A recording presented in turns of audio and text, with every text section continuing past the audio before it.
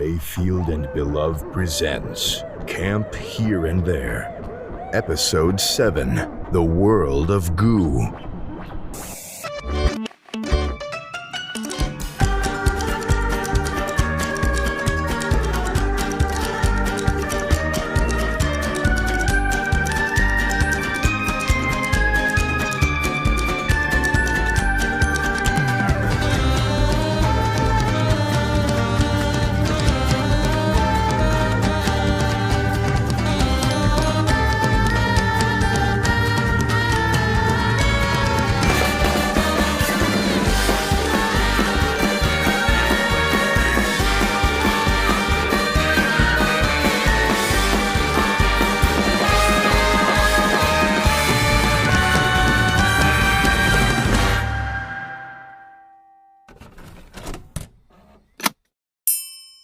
Rise and shine, Kaparooskies.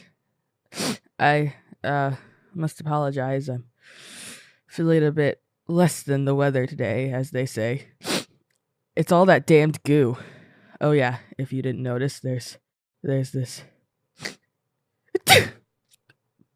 there's this big gelatinous thing in the center of camp, and it's just sitting in the rock circle where the bonfire should be. I guess it fell out of the sky and onto the bonfire or something. Anyway, yeah, there's a big pile of goo, and I'm actually allergic to goo, so I'm not at my peak. Plus, my brain feels so foggy without the bonfire smoke to illustrate, sacred truths within its soupy coils, so I'm not firing on very many cylinders today. Anyway, until one of the wonderful counselors here at Camp Here and There decides to get off their ass and clean this muck up, let's not dwell on the sticky and the icky, huh, campers? The time is, do I have to check one of the clocks? Usually the time sort of just comes to me, I guess. Ooh, campers, this is sort of embarrassing, but I never learned how to read analog clocks, so I don't know what time it is. Well, it's 8-something probably. Yes, the dawn of the new 25-hour age. What terrifying cosmic secrets will you unlock today, children? Well, here's a secret I'll let you in on for freezies. For today's breakfast, Matthew has prepared hash oranges, hash greens, hash reds, and hash... Oh gosh. Sorry. Goo. One moment, please. Ugh, this stuff. Okay, I'm fine. Whew. Moving on. We've got some real storybook romps lined up for you on this morning's activity list. Juniper is inviting all you kids to a classic English children's game that he used to play in his hometown of Legsworth. It's called Cornhole 2, and boy is it sticky. Our trusty lifeguards, Juno and Mila, are opening the central lake to any lost souls wanting some time in the viscous waters of Lake Eerily Gelatinous. Salem, supervising the archery field, and both Soren and Fennel have teamed up to bring you a theoretical workshop on the strange magic of the soul and mind. Wow. What a jam-packed day. I sure do love, Mondays. It's Monday, right? Usually I just know Jedediah. Sunday, babe. Sunday, yeah. That is assured great too. No thanks. Man. Really hope the bonfire does come back. Alright. In a while, alligators, I've got a blast.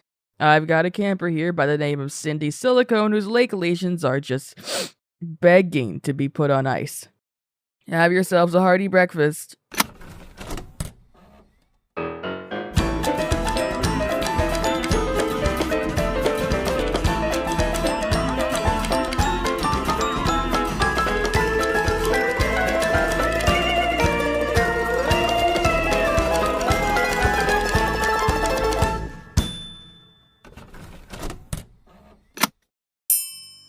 I don't have many memories left over from when I was a child, campers. I remember going to this summer camp. I remember little Jedediah awkwardly flirting with me on the playground, all tiny and nerdy and losery and lame. I remember my favorite books and video games. My home life is something of a blur, for whatever reason. But I do remember one thing that happened to me at home, like it was yesterday, in fact. I was 6 years old. I'd just gotten home from school and my mom wasn't back yet, so I figured I'd sneak in some TV time. Boy, was that a mistake. I clicked that nasty little box on and came face to face with the most horrible image. It was this colossal, sweaty sack of meaty slop. A blob, if you will, which oozed its way through a peaceful grayscale cityscape, devouring everything in its wake. Oh, it was terrible. Scared me senseless. I was thrown into such an awful sneezing fit, I could hardly hold the remote steady enough to turn the terrible contraption off.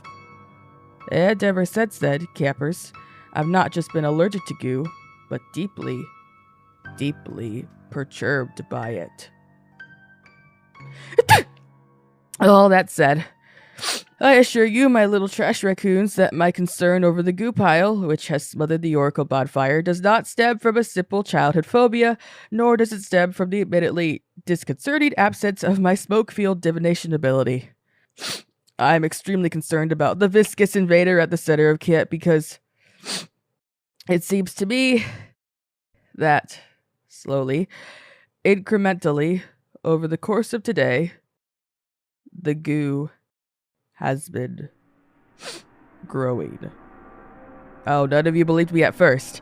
This morning, while you kids were chatting over breakfast, I know I watched that sickening gack begin to wobble, shudder, and expand ever so slightly. Now it's grown out far enough to have swallowed the wide circle of stones which once so proudly sat around the bonfire, and tall enough to threaten the flag atop the flagpole. Even the trees have begun to react, leaning back and away from our ungrateful gelatinous guest, looking like an array of dominoes falling in slow motion, and the goo has steeped across the top of the water, threatening the ill-defined territory of the unknowable object at the center of the lake, so none of you can ignore it anymore. I have no idea what it's feeding on to fuel its expansion. The embers from the suffocating bonfire, perhaps? The dirt on the ground? Or something metaphysical? Either way, this fantastical sack of opalescent ooze smells like doom to me. I'm wholly confident that if we allow it to continue growing unchecked, we will all be consumed. A fate so ripe and mucilaginous that I would not wish it on anyone, not even Counselor Joshua. Of course, your kind and hardworking camp director Lucille has done her part to try and mitigate the gluttonous disaster in waiting. She summoned a few of her friends of the oak. You know, those handsome wooden mannequins she enchants to do her bidding. Yes, she does love her puppets. Anyway, she had those guys try using a vacuum, but it totally backfired. The vacuum actually ended up sucking themselves into the goo, taking the oak friends along for the ride. So, obviously, Lucille is hopping mad because her favorite wooden guys got absorbed, and I'm not sure she'll be willing to risk any more resources on this problem. It might be up to your heroic camp counselors to get this goo out of our hair. And I'd encourage them to hop to this as quickly as possible. Anyway,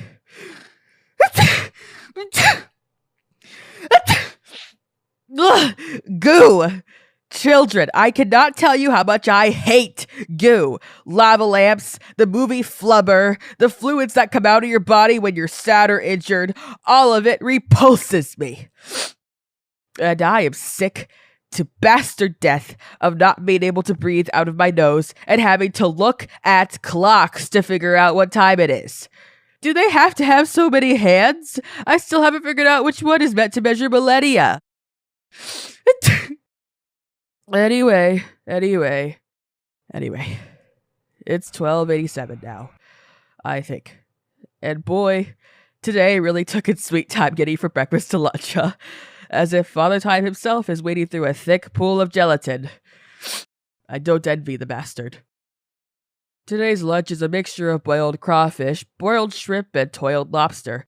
As any good chef knows, toiled lobster tastes best when it's been subjected to considerable emotional labor in the form of a job in telecommunications, or some equally humiliating field. You really gotta work 'em to the bone, or shell. Man, I'm funny. Vegans get bird feed. Oh, 1 second, kids. I'm being handed a message. Oh dear. Breaking news, my dears. The goo has become autonomous. It's rolling around, slopping and sloshing like an overactive latrine, and it's heading towards Cabin Ladybug. Oh dear. Kids, do not leave the mess hall. Counselors, make your way to my office as quickly as you possibly can, and try not to alert the goo somehow. And kids, I'd advise you not to touch your food until this thing has been dealt with. There's a chance that some of its nasty particles have contaminated Matthew's cooking, in which case you'll probably undergo a painful transfiguration into some kind of blob person. All right, kids, see you soon. I hope.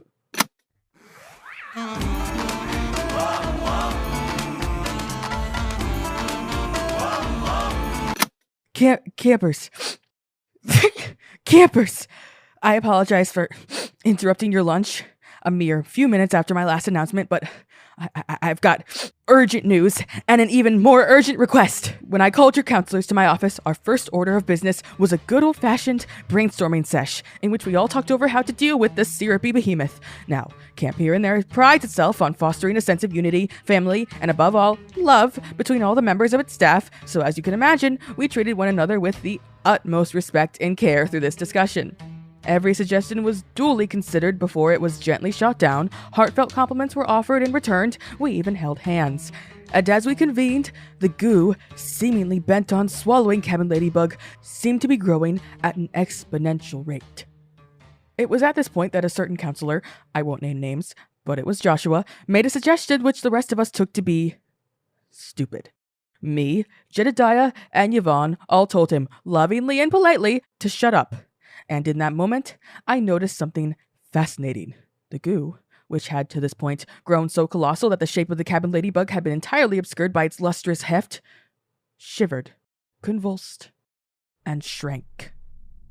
In this moment, it all became clear to me. The fierce camaraderie shared between the campers of each cabin, the committed, heartfelt love between members of the camp staff, and the protective, parental compassion that the counselors show for you kids, our camp environment is a tender one.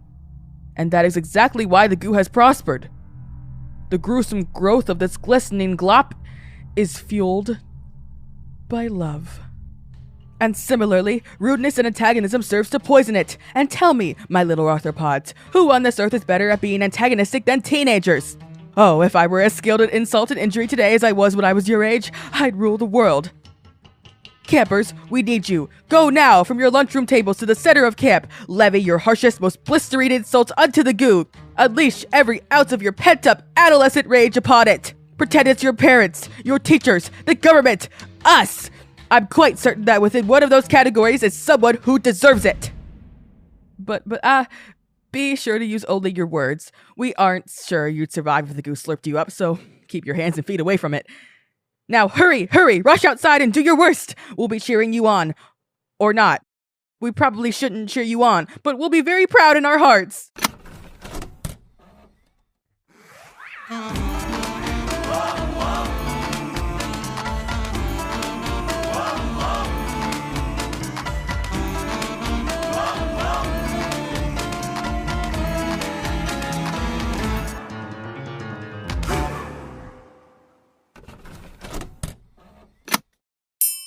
All's gel that ends gel, huh?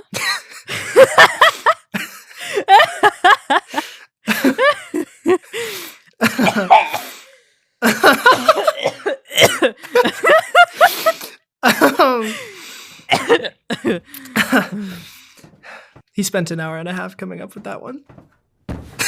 Get away from the microphone, you prick! Oh, campers, dinner has arrived and the timing could not be better. If you've heard the word, rest assured that's true. The goo is gone. I must say, you kids were quite the sight. The way you all stood single file facing the goo like a redcoat battalion and launched your verbal assault. The way it trembled and cowered as you collectively read it for filth. Some among your ranks began directing your insults at the counselors, and I've received requests to admonish you for that, but I mean, insults hurt the goo no matter where they're directed, right? Ends and means, I say. What matters is that, in the face of all the choking hatred, the goo shrunk to nothing and became merely a memory. I'm still experiencing some residual effects of the goo's presence, but I'm sure I'll be fine by tomorrow. In the meantime, though, I'll stay indoors for today. If you need me, you all know where to find me. Here in my office, like a moth in his cocoon. Tonight's dinner is... well, would you look at that? Pudding! With some molten lava cake for dessert. Now, Matthew has informed me that he has indeed learned his lesson and that no real lava will be anywhere in the vicinity this fine evening. Don't we just love when men learn from their mistakes and improve? My Matthew is just stellar. There are no official campsite activities for this evening. Just run around and play to your heart's content. The campgrounds are your oyster. Also, Soren, counselor of Cabin Ladybug, wanted me to announce that he's on the hunt for some really long stones. So should you come across a really long stone in the forest or at camp, please report its precise coordinates to Soren immediately. And that about does it for today. Have a wonderful, immaculately goo-less night, my little dart frogs. May slime never consume you.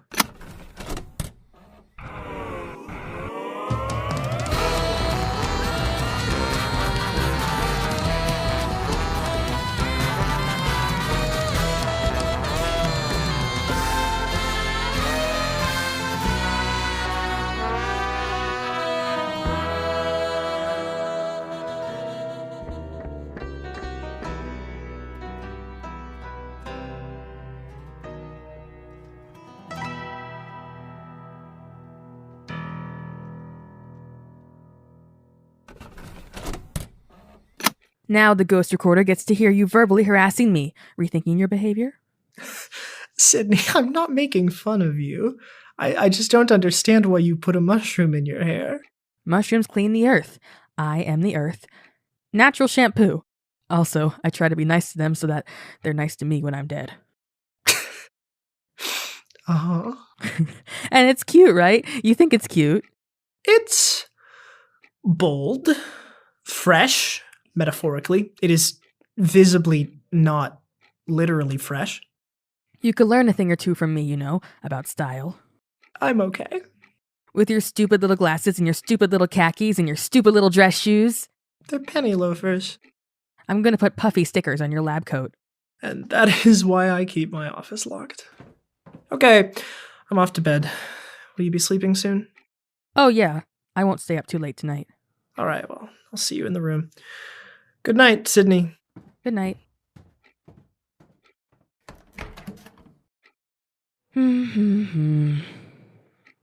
Today was nice. I turned this on at 25:25, so it's probably 25:27 or 28. I don't really know what to talk about right now, and maybe that's a good thing. Maybe I can quiet my mind down for a minute. Quiet. Quiet. You know, there's a centipede in my study. I don't know where it came from or exactly how long it's been lingering, but for the past few days I've been seeing it, scurrying around now and then. I didn't know we had this species of centipede around here, or that this size of centipede exists. So I'm a bit perplexed. But of course it's a welcome guest, I mean. Huh? Jedediah? No, sorry, I let myself in. Oh, Rowan. Hey, come on in. What can I do for you? Hi, I know it's late. Sorry about that. No, don't worry. Something wrong? Okay, I'm just here to see if you could give me any more of that, anti-dark visions medication? I mean, yes, but you're gonna build up a tolerance to this stuff if you keep asking me for it, dear. I'm thinking you should limit your intake. I know, but listen, I don't think I'm going to fall asleep tonight without it, and the kids don't like it when I cover the windows, and What's the problem with the windows? The sky. I don't like when it can see me. I see. I don't think it likes what it sees. Right. Okay. I need the medication. Well, it's mild and over the counter, so it can't really hurt you. Just try to only take these as needed, alright? You'll be even worse off if they stop working. Sure. Thank you.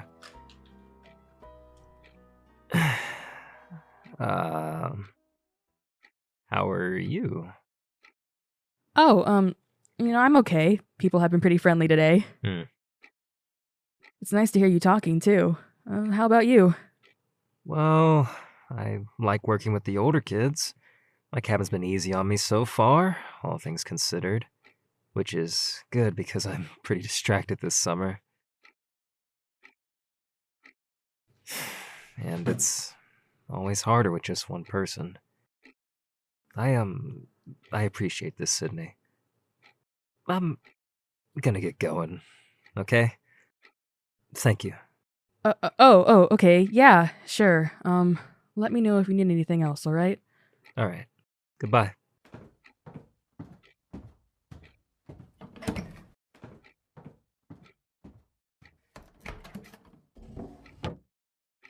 Rowan's a nice guy, isn't he? Well, alright, Ghost Recorder. You've had your fill of interesting events. I'll be back tomorrow night with who knows what else. And, I hope you sleep well.